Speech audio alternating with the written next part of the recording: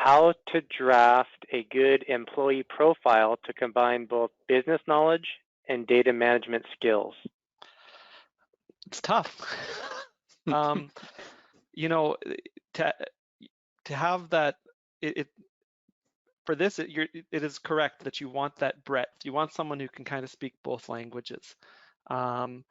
What's nice is with something like Power BI, there's so much training that someone who's not, an IT or a technical person can very quickly, if they have the drive and they go and they spend the time to learn it, and there's a lot of free materials and other classes they can take, can actually become very, very proficient data analysts and gain that understanding of how data really needs to work, so that you can make it easy for folks to use and report on and analyze.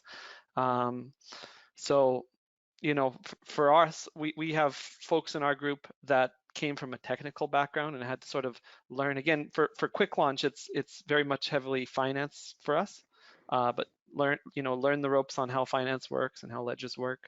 And then conversely, there's folks from finance that just grabbed the technology and became very, very proficient in it. But the biggest thing too is, like, we have a center of excellence. So it's hugely collaborative. If somebody's stronger in one spot and weaker in the other, sometimes you don't need that one person who can do everything.